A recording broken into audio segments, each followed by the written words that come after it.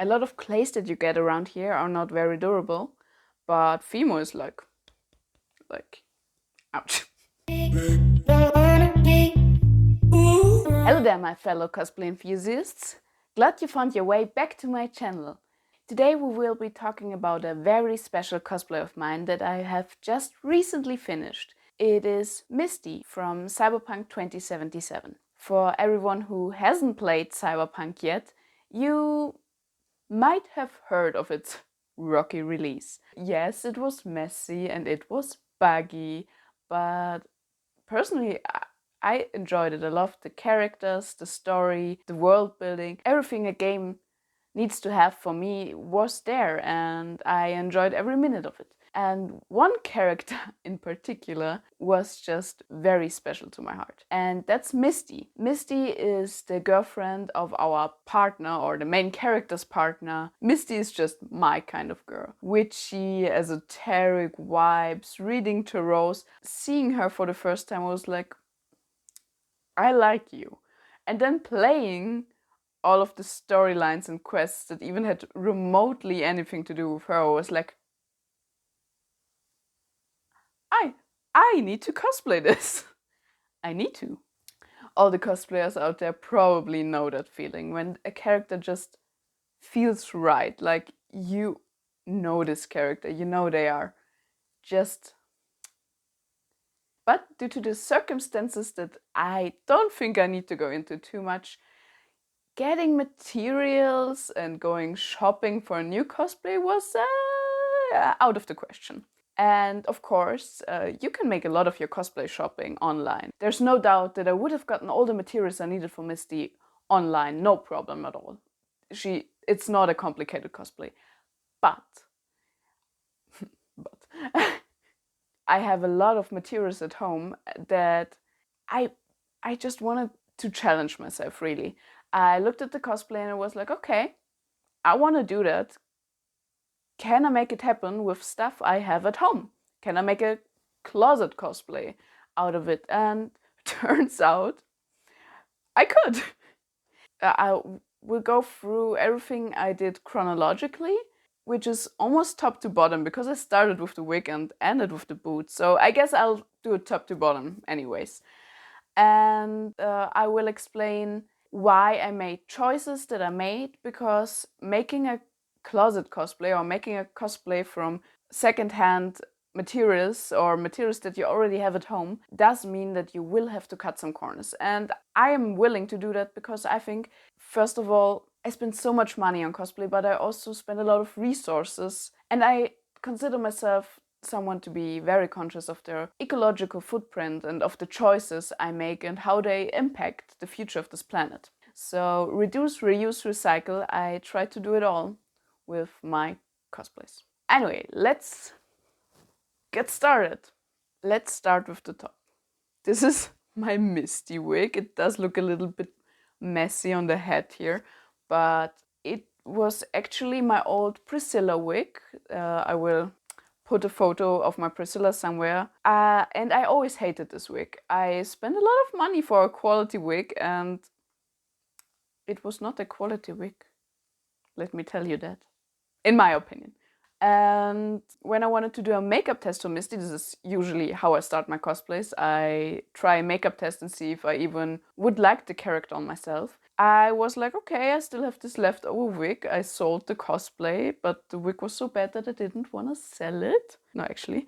But I have this leftover wig, and the Misty hairstyle, luckily, is very forgiving of bad wigs. All you have to do is poof it. There are a lot of great resources and tutorials on how to just give your wig a lot of volume, and I will link some of them below if I remember. Basically, in very simple terms, what you do is you heat the hair either with a hairdryer or with a straightening iron, and then you back comb it and then comb it again, so you just get this very poofy kind of hair. But that's basically what I did, and then I just kind of cut it into a ball shape.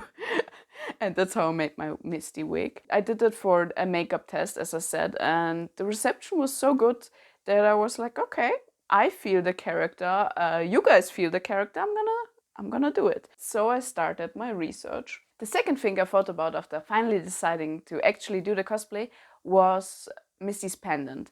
She wears this, you can see it in the back. Wait a second, I'm gonna get it. She's wearing this super cool pendant, and the first thing I thought about was, is this a real symbol? Like, could I buy an amulet like that? And I did some research, and turns out this is a Buddhist symbol. I will put the definition of what it means here now because I forgot already, but it is a Buddhist symbol. I'm such an idiot. And I thought it's pretty cool, but you cannot buy anything that looks like that. The second thought was, could I make it from Warbler? Because I make most of my pendants from Warbler, but it's so geometrical and straight. I was like, that's not gonna look good with Warbler. Like, maybe you could make it work. Like, I cannot make it work with Wobbler. So I put my fear of 3D models aside and modeled it myself. This is my first 3D model. I am incredibly proud of myself. I was so scared. What I did was I made a vector of this symbol and just put it into Blender and thickened it so that I had a 3D model, which is easy because I am very good at vectors because that's my job. So I did something I never did, 3D modeling, and I did it in a way where my personal skills came into play. And I mean, pretty good. Like, if I were a professional modeler, I probably would have, made it a little bit fancier, maybe rounding the edges or anything. But I was so scared that I would mess up the whole thing that I was like, nah, it's gonna be 5 mm and that's it. That's it. And it's gonna work. And it worked. It worked.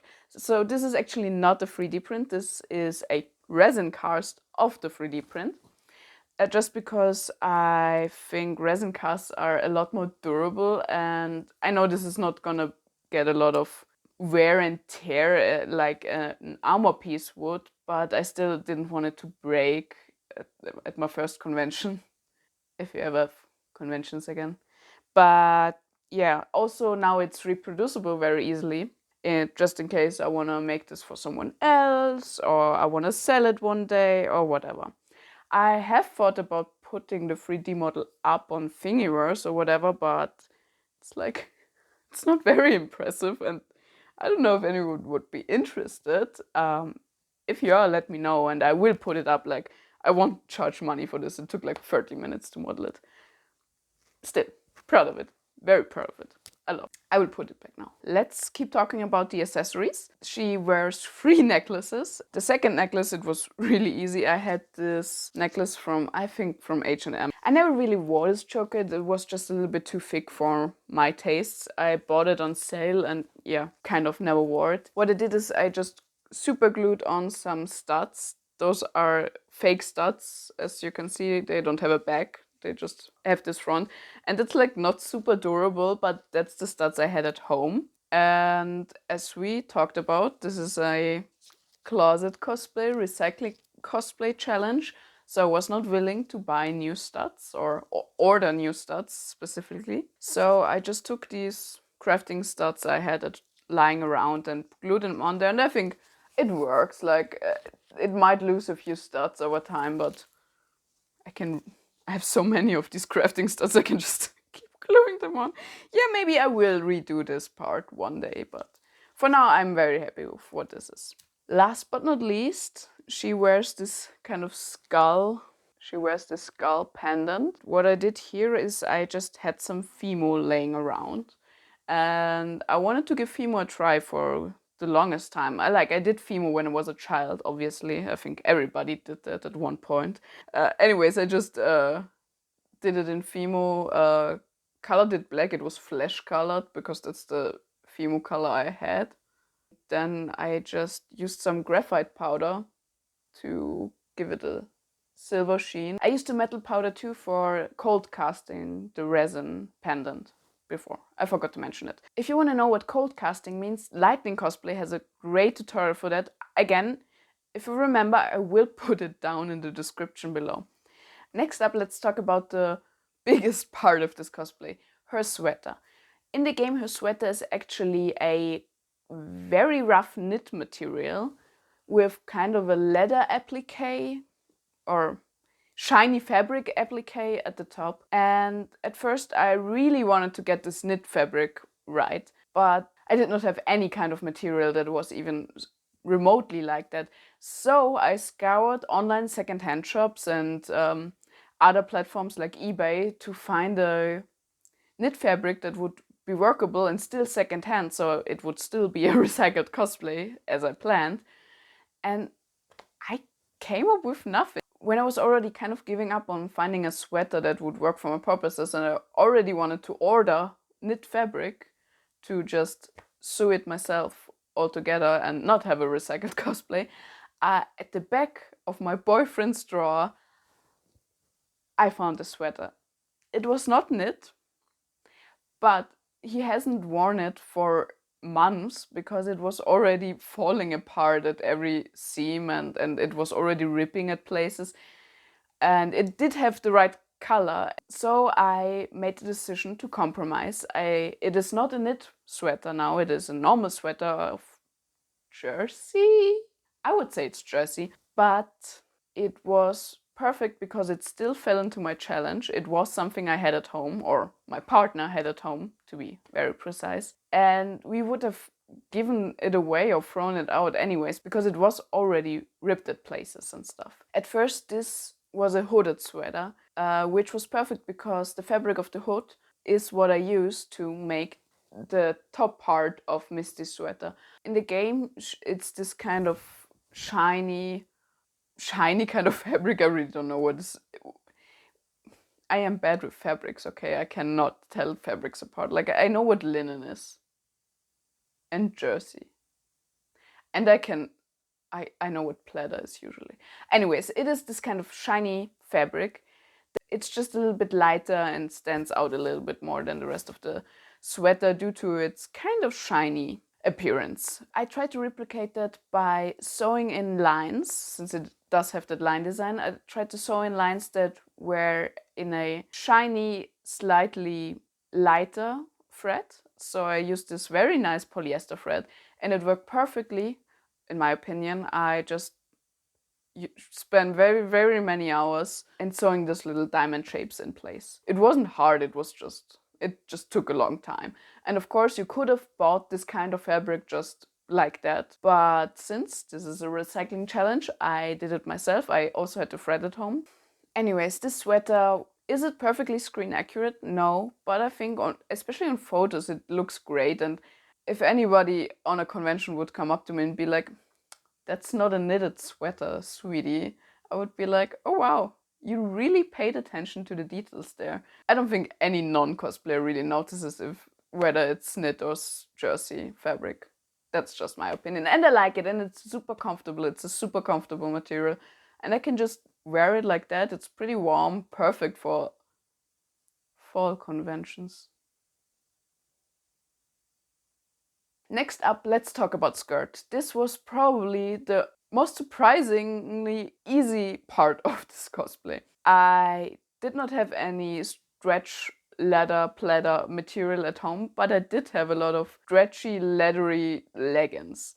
The reason for that is anytime I'm at a second-hand shop and I see a good deal for this kind of leggings, like $2, $3, $5, whatever, I just take them because I'm like, this kind of fabric is really hard to find, especially secondhand. And I know with leggings you do not get a lot of material, but it has saved me many purchases in the past to just get these kind of leggings en masse and use them for all kinds of projects. Sometimes I use the leggings as a whole just and wear it underneath an armor, for example. That's just my personal life hack because you get these so cheap secondhand. Anyways, I had this leather leggings lying around. It had hot glue stains on it because I was wearing it one time. And of course, that one time I was using hot glue because that's a rule that whenever you wear something nice, you will work with hot glue. At least that's a cosplayer rule. I'm not sure about anyone else, but that's a cosplayer rule. Anyways, I took one of these leggings out and was like, if I just cut the middle part out and sew the legs together, I should have a pencil skirt, right? So I googled it, and yes, that's how you can make a pencil skirt out of a leggings. This is only possible if your leggings is very stretchy, of course, because you do lose a little bit of material by cutting it open. You get a nice looking pencil skirt, and she's just wearing a very basic pencil skirt. There was nothing about it that I needed to think about. It took 10 minutes to make this whole project. Over and done. It was so simple. It was amazing. More people should make pencil skirts out of leggings. Like, I'm gonna stand here, talk about that. Next up, she does wear net tights, which I just had laying around, so there's nothing I can talk about except I had them at home. If you don't have them, they're really cheap. Yeah, there's nothing more to say about the tights. So now let's come to the part I hated the most. Like, hate that. I did not have any shoes that would be really fitting for Misty at all. Like, no black ankle boots that I could use. I did not have any. I do have black ankle boots, but they all have stiletto legs, and she's this chunky kind of boot kind of girl. Same, but I did not have any of those. So again, I scoured the internet for second-hand boots that would work. Came up empty. I was not lucky for this cosplay at all with any purchase. Like, I did not make any purchase because I couldn't. I just didn't find the things I needed. So again, I looked at what I had at home already, and I had these brown ankle boots. They were not chunky or high enough really to be the right boot for Misty, but I decided to go with them anyway. I glued black fabric on the outside, which I wanted to do for quite some time anyways, because they are always used for my armor cosplays. I always use these kind of boots because they're giving me a little bit of height, which is good because I'm a tiny girl. And I always have to sew a black boot cover for these boots because, I don't know, every cosplay I make needs a black boot, and I only have these brown ones. So every single time I sew a new black boot cover. So I was like, F it, and just glued the black boot cover on this time. It's now permanent, which is nice. It saves me a lot of work in the future, hopefully. And then I continued to make the boot cover to make it look like Misty's shoes. So she has these kind of ankle cuffs that are probably attached to the shoe in the game, with studs on the front, and then she has some studs on the side. And what I did was I just sewed the cuffs, and wait a second. What I did, I just sewed the cuffs with pleather and put a little bit of an elastic at the back. So I can just pull it over my foot, put on the shoe and pull it down on top of the shoe, and it looks like it belongs together. And again, I did not have any studs left. And the studs on the boots, unlike the studs on the choker, are round studs. So instead I just took my silver Sharpie and drew a bunch of studs on there. And I know this is like such a cheap method, but honestly, I wore them and I made photos with them, and you cannot tell. Like, it's such an easy DIY, and I did not have any studs at home. Again, I wanted this to be a recycled cosplay, so I just did that, and I think it looks great. I am very happy with how the boots turned out. So as you see, that's my Misty cosplay. It's a fairly simple cosplay, to be fair, but I still think it shows that you can just work with the stuff you have at home and not feel bad about it. This is a really cool cosplay, and I feel so great in it. I feel comfortable and I feel cool and badass, and I love Misty so much, and I think it does do her justice. Next time you wanna make a cosplay, maybe just look around in your stash, in your workshop, and see what you already have and what you're working with before buying all new stuff from the get-go. Of course, I did have to compromise a little bit because I decided I only wanted to use second-hand materials or materials I already had at home. But that was my decision, and I am happy with the decision I made and with the compromises that came along with that decision. I know a lot of you out there are perfectionists, and I get it. Especially when you want to compete in a cosplay, you just want it to be perfect. And sometimes you just can't find anything at home that would work. And sometimes there's just no workaround. And I'm not saying that's wrong. It is absolutely fine to buy new stuff for your cosplays. But I thought maybe this little guide and walkthrough would just give you an idea of what you can do to save some money and also some materials from the trash can. Well, that's pretty much it. I hope you enjoyed it. If you did, comment, like, subscribe, all the shenanigans and whatnot. I don't care. I just hope you are having a great day. Bye!